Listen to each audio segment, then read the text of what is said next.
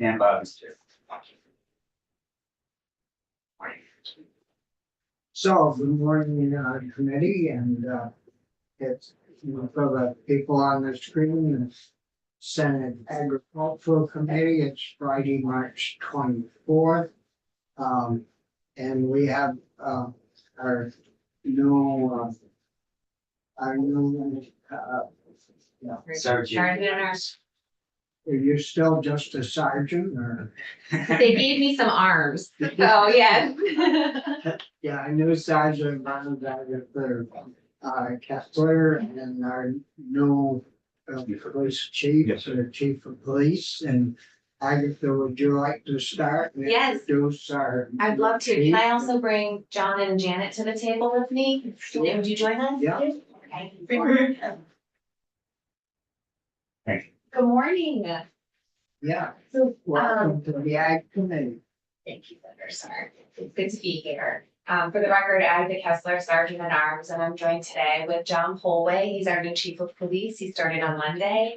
And Janet Miller, we're coming up with a name for you, Janet. Emeritus. We've been saying ex-sergeant at arms, but that sounds hard. So former emeritus.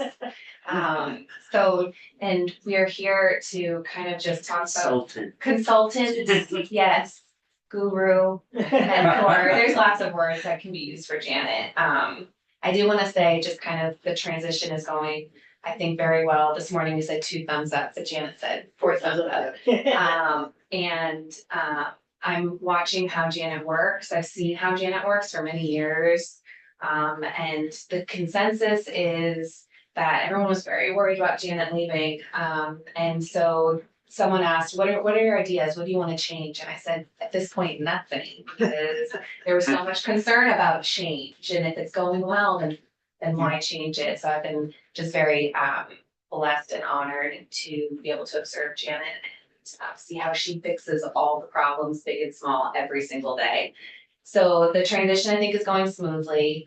A big part of that is onboarding John, our new police chief. We started Monday. Kevin Williams has been here in an interim director role for months, and has done a fabulous job rebuilding the department. Officers Truhan and Massera have been promoted to sergeant. And they're taking on new responsibilities, new roles, and we're in a recruitment process to fully flush out the unit. So I did want to spend most of the time allowing John to speak because he's a pleasure to listen to. And I was not, unfortunately, I was not a part of the recruitment process, which is hard because the training, I think, in the bond starts in the recruitment process when you sit down and you interview someone and you hear about why they want to come, in this case, come to Vermont, and why they want the job and what their experience is and what their philosophies are. So I wasn't able to be a part of that recruitment process. It happened before the election. But John and I have been getting to know each other. And what I know so far is that he's a very experienced law enforcement agent that has a lifelong career that's evolved over time. And for all of us, we start our careers maybe thinking one thing, and then over time with experience, you end up building a well of wisdom. And I'm just so grateful that John is that person that has built the well of wisdom and brings all that experience here to the State House where it is a community. So John, can I turn it over to you to sort of introduce yourself and go through some things? Of course. Yeah. So first of all, good morning, everyone, and thank you for allowing me to meet with all of you and have the opportunity to speak and introduce myself. So as Agatha stated, my name is John Polway, and before I get into my law enforcement experience, I would like to just briefly give you a synopsis of me domestically. So Monday is my birthday, which is I'll be 56 years old on Monday, and I've been married for 28 years. I've known my wife since the 1st grade, very long time. So I have 3 children. One has graduated from college. He's working for NBC currently, and I have 2 in college. My daughter is at Sacred Heart University. That's real fun, isn't it? Oh, yes. And my youngest son, John, is a freshman at Rensselaer in Croydon, New York. Down my way. Yeah. I live in Bennington. Oh, no kidding. Okay, so he's right It's a around. great school. It is. and he's so far doing well, thank goodness. So certainly I owe a lot of who I am and how I've developed to the support of my family, because law enforcement is a difficult field and a profession. I argue it's one of the most difficult because of changing societal expectations, legislative acts, and the terms under which we must operate.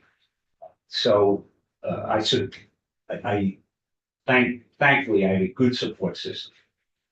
In terms of my professional life, when I grew up, my father was a Marine and a 30-year NYPD veteran. So at a young age, I aspired to become a police officer. I think many children look to emulate their parents, and in my case, it was my father. So after graduating high school, I went to Long Island University, where I attained a bachelor's degree in criminal justice. From there, I went to the New York City Police Academy, and I stayed for about 2 years in New York City before having the opportunity to go to Westchester County. While in New York City, I was in a program called CPOP, which was Community Policing on Patrol. So as rookies, we were assigned to a sergeant, and we walked a lot of foot posts. We went to a lot of details that required extra support. It gave us an opportunity to understand the nexus of what community policing is all about.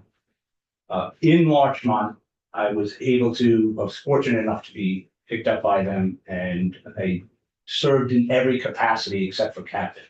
So I was a police officer, I was a detective and a youth officer, I was a sergeant, a detective lieutenant, and ultimately chief, where I served in that capacity for approximately 13 and a half years. 30 and. 13 and a half, sir, yes. I'm not that old yet, we'll get there.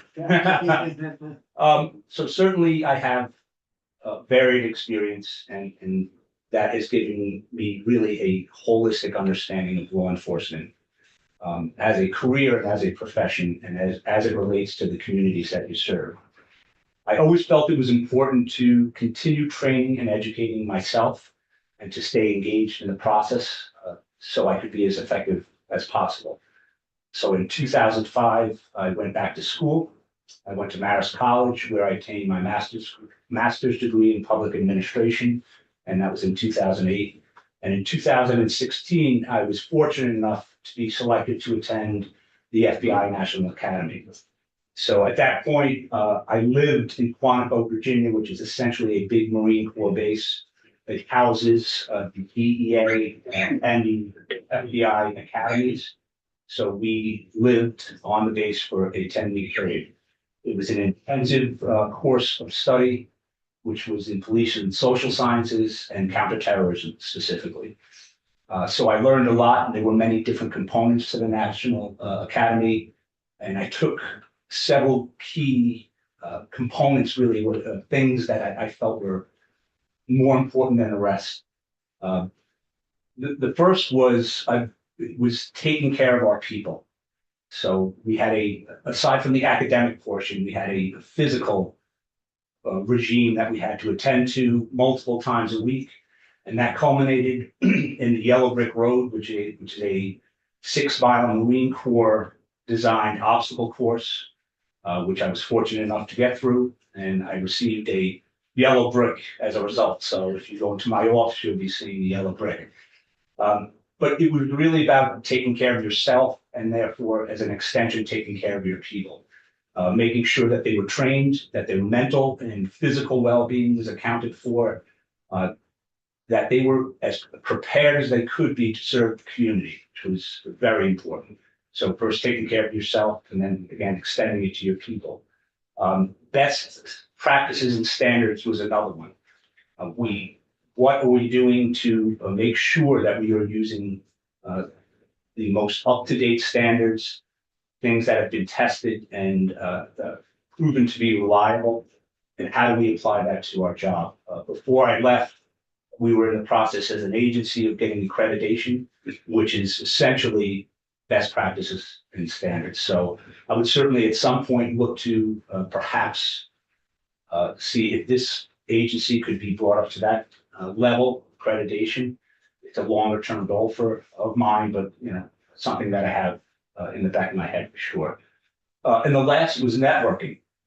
And I think I underestimated the power of networking prior to my academy experience.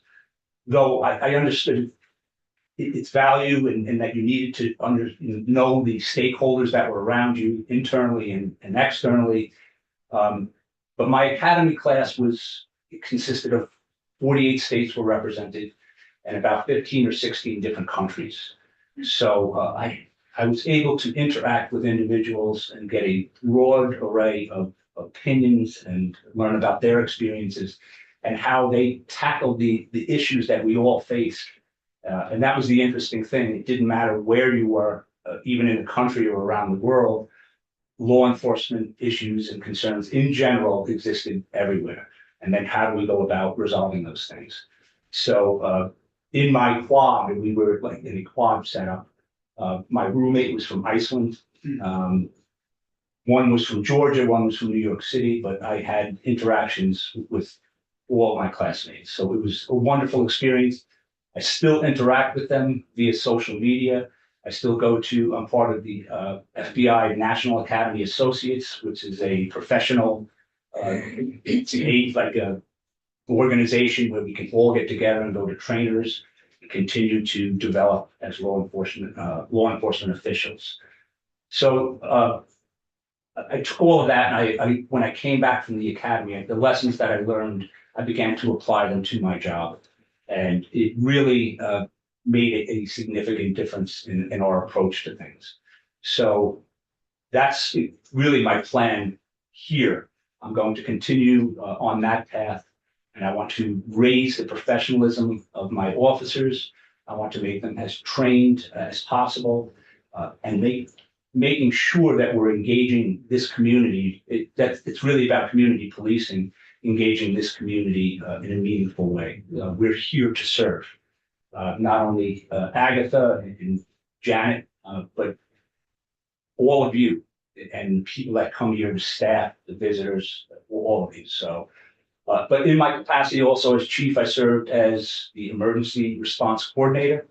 So I was responsible for coordinating all the emergency responses to man-made and natural disasters that occurred within the village. And that gave me, again, a better understanding of the value of not only networking, but how important it was to establish these meaningful relationships with my partners prior to the emergency. We always said on sunny days when you prepare for the rainy day, right, for the emergency. So when you have the ability to sit and plan, to understand the capabilities of other law enforcement agencies, it's a tremendous asset and a great value. So I do have a lot of different experience. And I think what attracted me, so after retiring, it was okay for about 2 or 3 months. You lasted. Yeah, I left, yes, but it's just kind of in my personality. I need to stay engaged. I need a purpose. And now I had all of this education and experience, professional experience, and I wanted to be able to apply it to another organization. So I was really waiting for my youngest son to get to college because of his schedule. He's not to go too deep into it, he's a type 1 diabetic. So each morning before school, I was the one that got him ready, and it took me about an hour, and I didn't want to interrupt that schedule. So once he got to college, I started looking for more significant opportunities. My wife would be retiring in a year, and we began to discuss potential long-term plans for ourselves. What's our plan B? Where do we see ourselves settling down and moving forward? So when I saw this opportunity, it intrigued me for many reasons. First of all, reading the job responsibilities, I absolutely had the skill set to do it. We liked Vermont. When the kids were younger, we did a bit of skiing here, and we would visit in the summers, and we loved the people, and the country was so beautiful. So we said, maybe that's a good start. So also, I'm a history enthusiast, and I when I started reading about the Capitol, and I was lost for an hour reading about the different iterations of the Capitol and all the history that's involved in it, and it's like working in a museum. So again, a unique opportunity to combine one of my personal interests with my professional and educational background. So I went through the interview process, and it went on for months, and that's why you see me kind of sitting here today. And certainly I'm going to continue. So, but if you have any questions, please just stop me, and I'll be happy to answer anything. So one of the Agatha had discussed how you change over time as a leader. So I'd like to discuss that a little bit to give you a sense of my leadership style and how I'm going to apply it here. When I became chief, and I wrote it down, I came across a quote, and it's not very profound, but it succinctly puts into words one of the things that I feel is very important. And it's an American author, and his name is Arnold Glasow, for your information. One of the tests of leadership is the ability to recognize a problem before it becomes an emergency. Again, very simple, but it's profound if you think about it, right? So if we're focusing on trends and using statistics to guide our actions and resources, what are the things that we are seeing that will potentially create issues or emergencies down the road? And if we do experience those emergencies, how are we as an agency going to respond to them appropriately? So that requires equipment, training, all these different things need to come into play. So when I first started off, there's a book you study, it's called the Course in Police Supervision in New York State. So when you're studying for promotional examinations, this is a key component of the test that you're taking. The author is a gentleman by the name of Iannone, and in the book, he describes four distinct leadership styles. And when I first came out, Iannone would have described me as an autocratic leader, which just by its term is not a positive thing. At the time, I was 40 years old. I had just gotten my master's degree.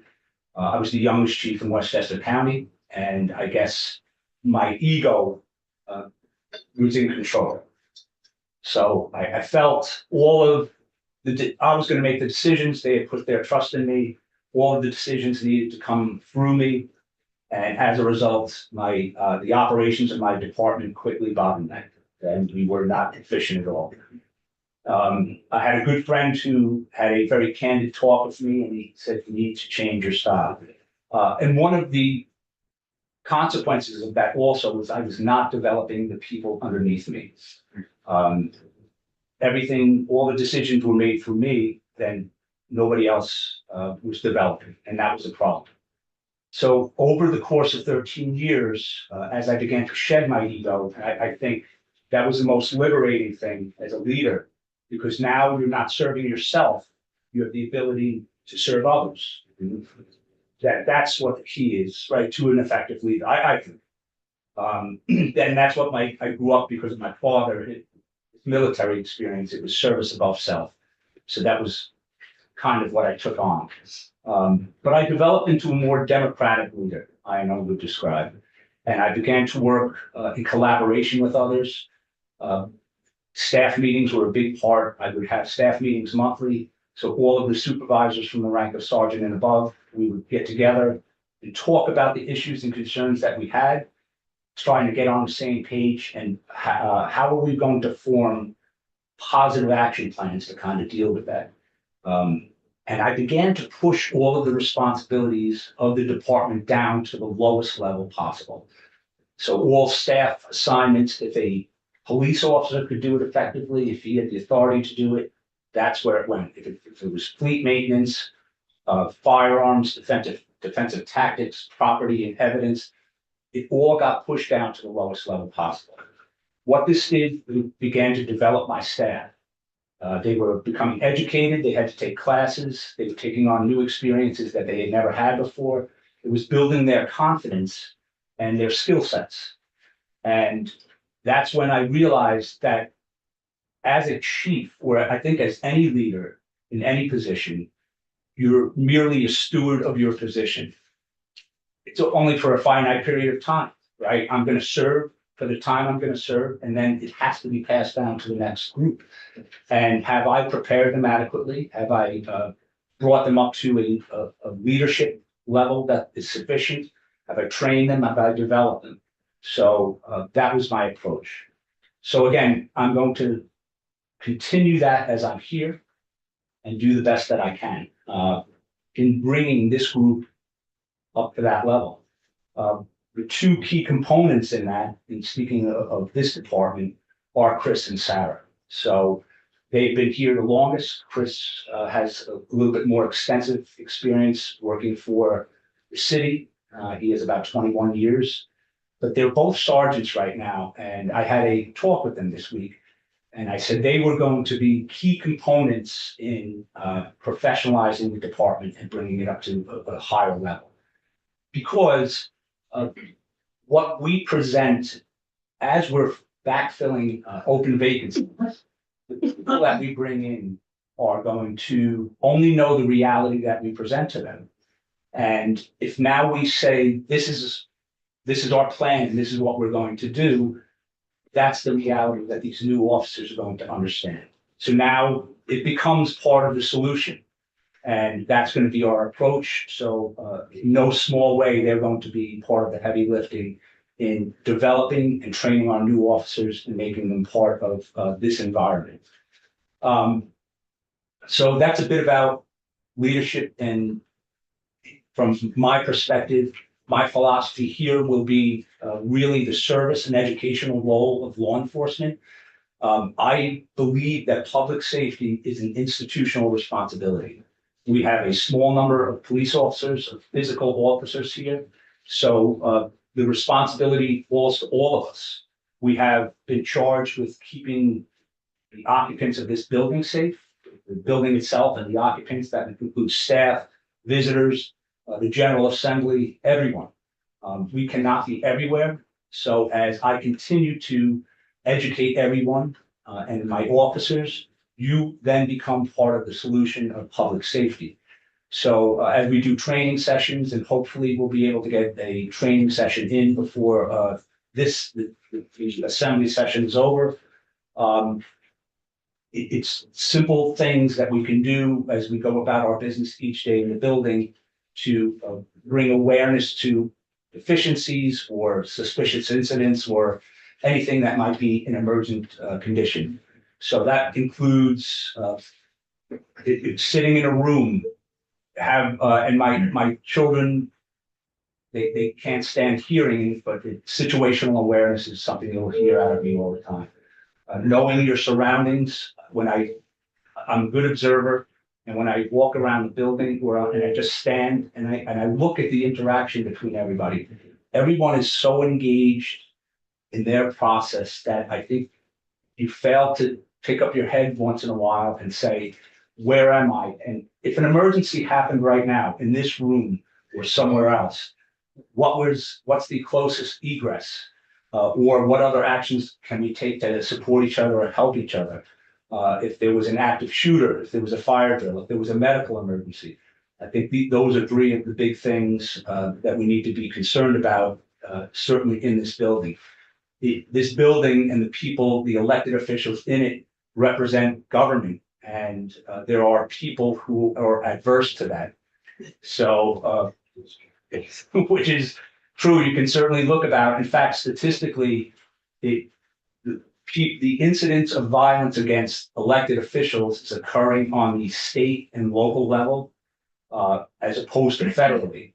So that's where the threats are coming in. That's where acts of physical violence are taking place. So that's significant. And if you're all gathering here, then you're all in one place. It can become a target-rich environment for an active shooter. So we want to, again, begin to educate everyone to make everybody part of the solution to public safety. And so I'm going to ask for your help just to be situationally aware, to know who your police officers are, to interact with them. They're here to support you, and to obviously report anything that may be suspicious to you or of concern. We're here to serve you. So that's very important. And we can't, one of the things I will briefly touch on, and I know it can be a sensitive subject here. I was, and I'll say, I'm trying to be delicate, not shocked when I came in and I saw that there was absolutely no screening process whatsoever, even to the lowest standard. Even if you didn't want to have magnetometers here, there was absolutely no screening for all of the individuals that are entering the building. And this was somewhat stunning to me, given the realities that exist today. And I keep hearing the people's house, and as a person who appreciates history, I actually think it's wonderful because it's probably the truest form of what our founding fathers envisioned for people to have absolute access to their elected officials. But again, we live in 2024 and we cannot ignore the realities that exist today. So Chris was tasked with, he called every state house in the country. And I'm analyzing that data, and it appears that we, unfortunately, may be the only state house that doesn't do some sort of screening process. So I understand there's a bit of opposition to it on some levels from some people.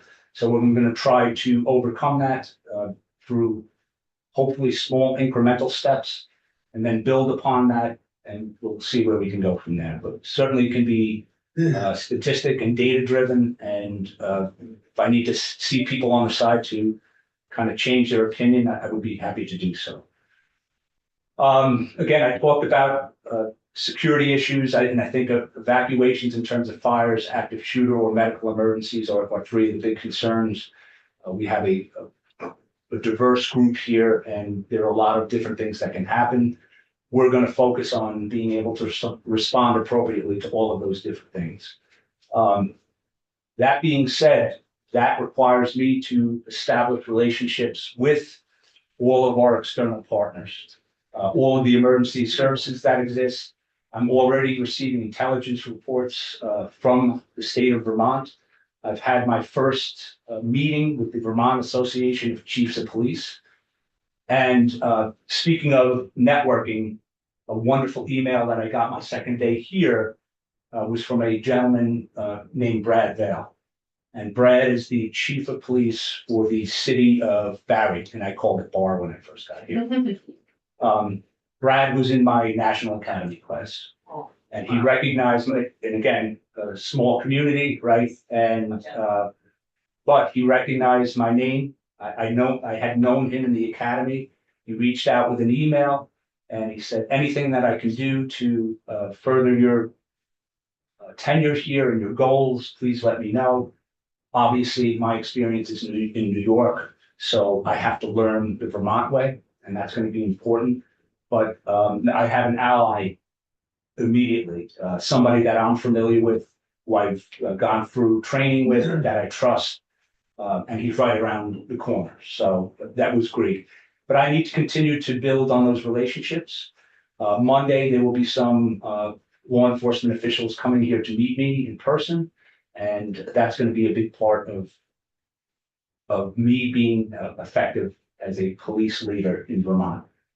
And I'm sorry, I'm just accessing my notes here. So that's how I've gone so far, and it's been great. I'm really, I think, humbled by the support and encouraged by all of the support that I've had from different people. We're in a great position for our office because it's by the elevator. So as everybody comes in the morning, I kind of stand out at the door where I'm at my desk, and as I see people that I don't know, take time to introduce myself, and people come by and they stop by now, and it's great. So I need to get to know all of you also and your names. So if I stumble along with that, please be patient and forgive me. That's going to be difficult. But again, I think in the short time we have here, I just wanted to convey to you that I'm here to serve you, to educate you, to make sure that all of you are safe so that you can continue to do the very important work that you do. I'm going to ensure that our department is brought up to speed in terms of their professionalism and capabilities. I want to train them very well because that's part and parcel of everything. And I think all of that together, it's going to take time. Right now, I'm assessing operations. There's a lot of policy and procedure that needs to be written. I've done that previously, so I'm familiar with that. And then as I'm assessing operations, I have several lists. I'm beginning to prioritize. So if I can get low hanging fruit and get some things done immediately, that's wonderful. And then what are our long-term objectives? So I'm collaborating with the two sergeants because they're going to be part of the solution. And when we come up with a game plan that we're going to follow through with, I think you'll see a marked change in the Capitol Police Department and its members and how we are serving your community. So that's really all I have, but I would certainly be welcome to any questions that anybody has about anything. Well, it's certainly great to have you in and to hear your philosophy and ideas. I would say that probably 99% of the people that come and go from here are excellent, good people. It's that little small margin of folks, and usually, I mean, if we have any trouble, usually it's when there's a bill that has a lot of controversy, and there's just a few subjects that the people really get stirred up about, like hunting and fishing and that kind of stuff. And I don't know, that was last week or the week before, we had a hearing, but they pretty much behaved themselves. But I mean, it was, you know, a real gang of true blue Vermonters that we had in. And, you know, sometimes there's a war protest or something like that. They'll get in here with stuff under their coats and stuff and cause a little grief for hanging banners down over from upstairs. But for the most part, we've been very fortunate, and it only takes one bad incident to really change things. And I like your philosophy about, well, if you hear a little squeak, let's get to the bottom of this before it's a big noise. And you know, usually if you're out and about, you'll pick that up. And I like the way that our interim chief worked. I mean, he came dressed like you are. We just kind of roamed through the building, and that's where you're gonna pick up that little squeak. And rather than, I mean, like our sergeants, they're all dressed in uniform. Well, you know, if somebody's got something to hide, they're gonna notice that uniform and make sure it's well hid. Whereas if you're hiking around here, you know, you might just hear something, or somebody might nudge you, some of us that know you, and say, you know, Joe over there, you may want to pay attention. And no, I think I don't know about the entry rigs, if it was some kind of a detector that would pick up metal, or, you know, and I don't know how, I mean, you go to a federal building and heck, we could probably get them right down the street, bring them up here from the post office. They must have some sitting down there that they can't use. But I don't know, we've only got 1, 2, 3, 4, 5 entryways. Yeah. So it isn't too bad if we had those covered in some way, so you just walk through, it just be something sitting there, or is there gotta be somebody with it, or how does that work in a lot of situations? So that's an excellent question, and certainly my long-term vision would be to have two entrances only. So we can direct people that are coming into the building through two spots. And then the rest of the doors would be locked and they would just simply be used as an egress in the event of an emergency. And again, this is long-term planning because I believe to get to that point would have to be incremental steps in order to not ruffle any feathers or to be sensitive to the concerns of others that don't share my opinion about security. So this is a wonderful example of a place where we could have two entrances. The door on the left as you come in is a fobbed door. So everybody that's an elected official or a staff member can simply fob their way into the building right here.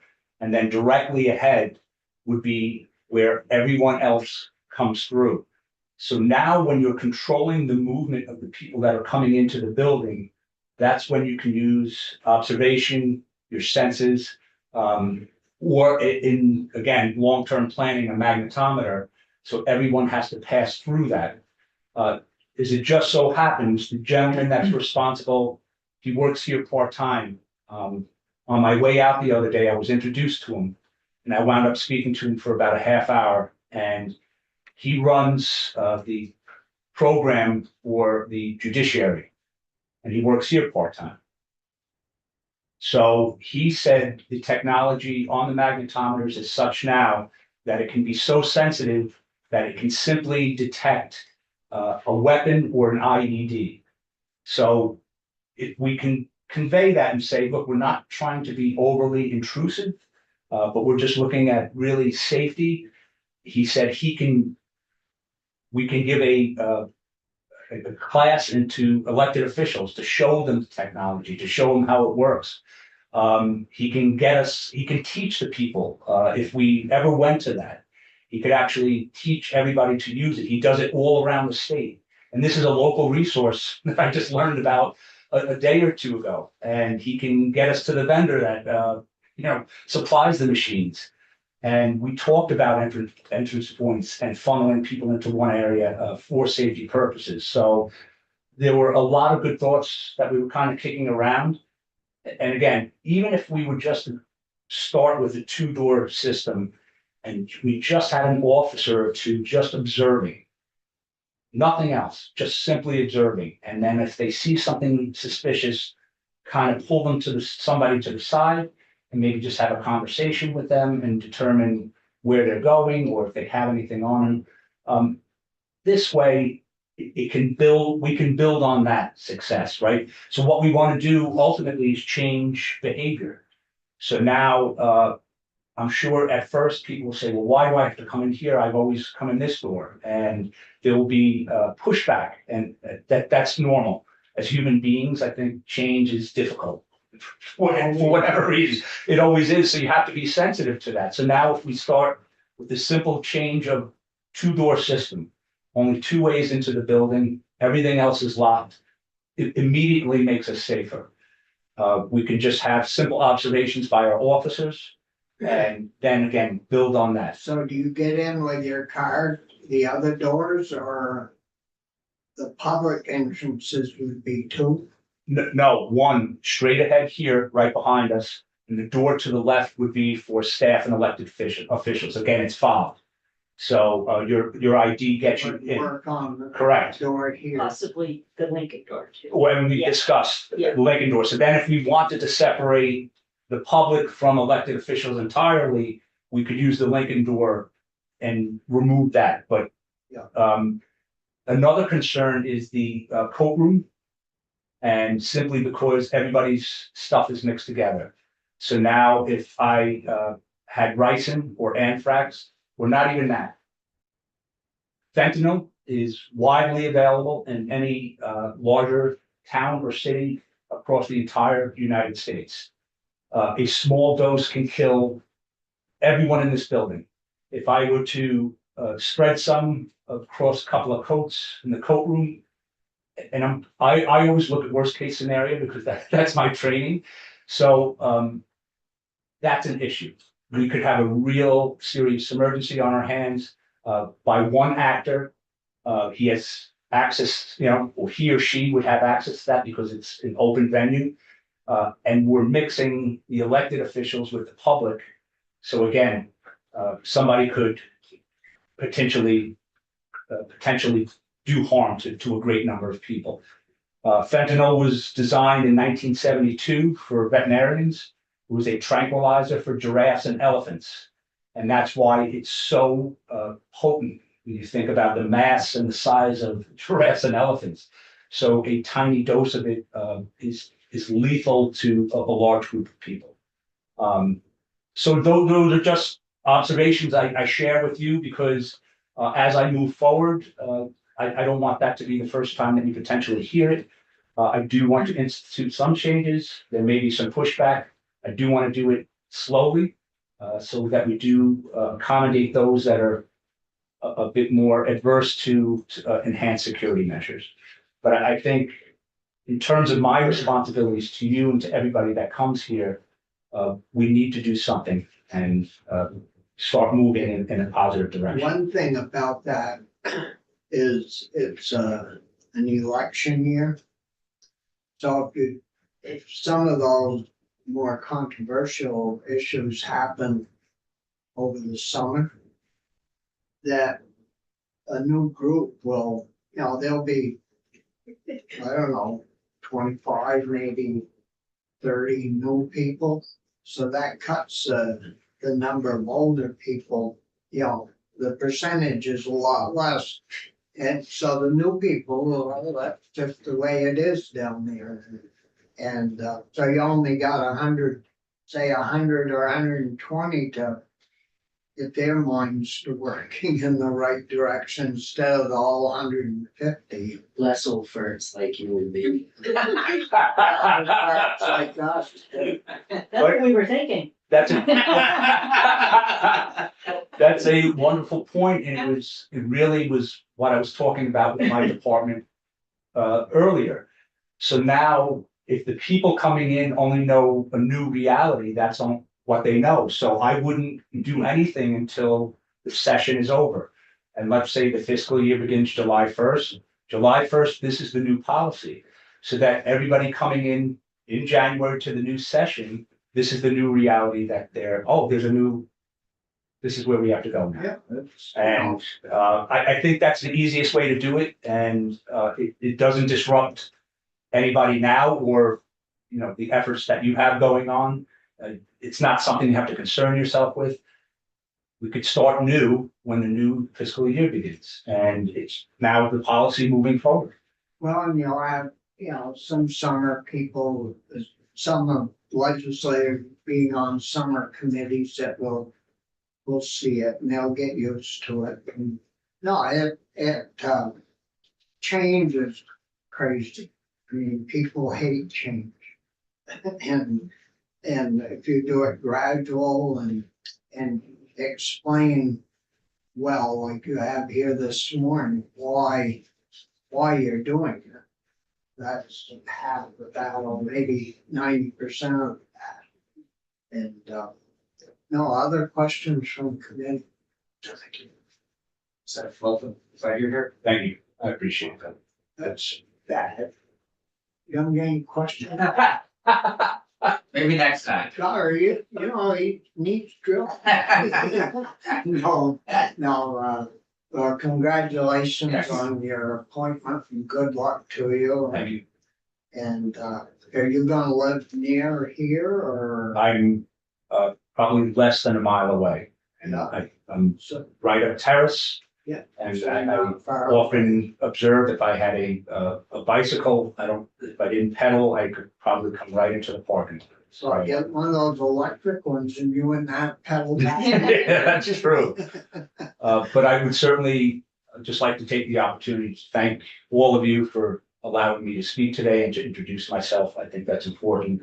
Yeah. And if there's any way that myself or the department can serve you or any concerns that you have, please reach out. Thank you. Yeah. Welcome. Well, thank you very much. You're welcome. Good luck to you. Thank you so much. Yeah, You're welcome. and, you know, if we never be of assistance, you know, don't be afraid to ask either, you know. And, I won't, and the reason I say that is because I will need support. And so I will certainly reach out when it's appropriate. yeah, well, take care and thanks for Thank your time. Quite well. Have a good day, everybody. Thank you. They sell movies at home. Two worst criminals in the building, they don't even have to fight. Alls. One, two. No, that was, That was that good. was good. Yeah, very good, very I helpful. think it sounds like he is headed in the right direction. Yeah. Do you carry your pass with you every day?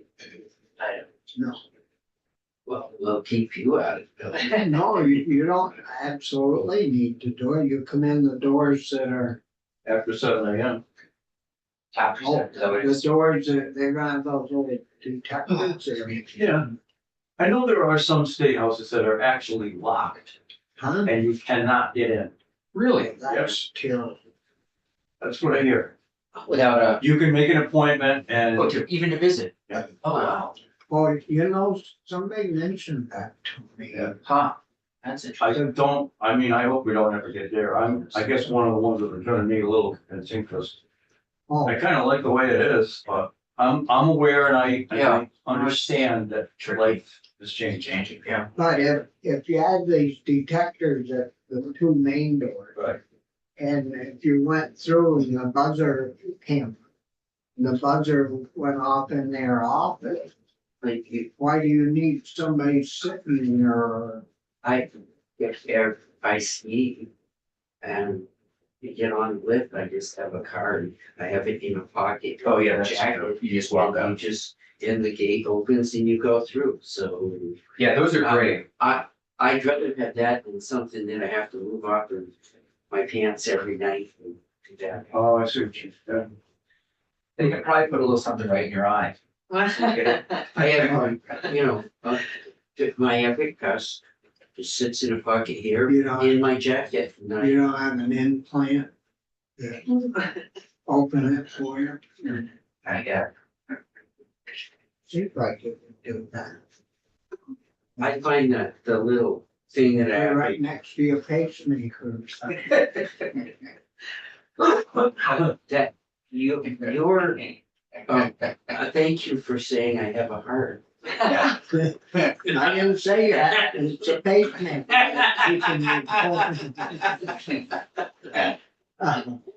Well, anything else?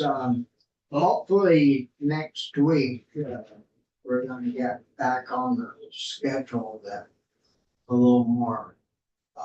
Calendar seems to be shrinking a little bit. Do you guys have a lot in approach still? No, we're coming good. Okay, yeah. We're keeping up. You know, other than Richie, I mean, he has to leave at 4:30 most days, but the other six of us. Stay right, those 7 or 8. 6, 7, 8. I think maybe today I'm gonna have an appointment so I've gotta leave by 4. All right. No, I think don't you think we're good? It keep track of the vote tallies out of appropriations. I'm having a feeling Bobby's going to be skipped a few times the next couple of days. Be what? Star's gonna be out of the roll call in committee the next few days. Yeah, he scratches names. Yeah, So if anybody wants to, I know the governor is introducing the new Secretary of Education at 10. Who is it? I don't know. Oh, you should yeah. go on. And I Oh, heard we're gonna get off the floor by 2. That would probably take care of the What time is it? calendar. Is it, no time for lunch. is it really gonna snow? 18 inches potentially. But when's it supposed to Well, start? late tonight. Like. Oh, good, because it looks pretty blue out there. Yeah. I was thinking, usually all the weather reports now are, I'm gonna get 18 inches and we get this much. Yeah, well, we canceled our community conversation in Milton, which usually has about 45 people at it. So for sure, it's not gonna snow. Oh, when are you scheduling it? It was scheduled for 10 a.m. tomorrow in Milton. So yeah, there I- won't be any snow. No, but we canceled anyway because we didn't want to be accused of They do not. community forums in Milton Yeah, we do them every month. once a month. Yeah. Oh, it's like we do ours Monday mornings on Nice. once a month. Nice. That's good. And we had a great turnout. Gentleman's name is Zoe, maybe it's a woman. Zoie Saunders is the new Oh. secretary. Thank you. It is a woman. I did hear that. Maybe on Tuesday you won't be meeting because you have the floor and then following that you have judicial retention. Oh. That's right. So we'll be back here on Wednesday. Thank you. Yeah, Check well, we'll, is there anything else? And, and if you think of anything you want on the schedule, send Linda a note. Because, but we'll work on, once we get the calendar cleaned up and we see what's headed our way. We'll get a schedule thrown together on Tuesday, so we'll get back to work next week, hopefully.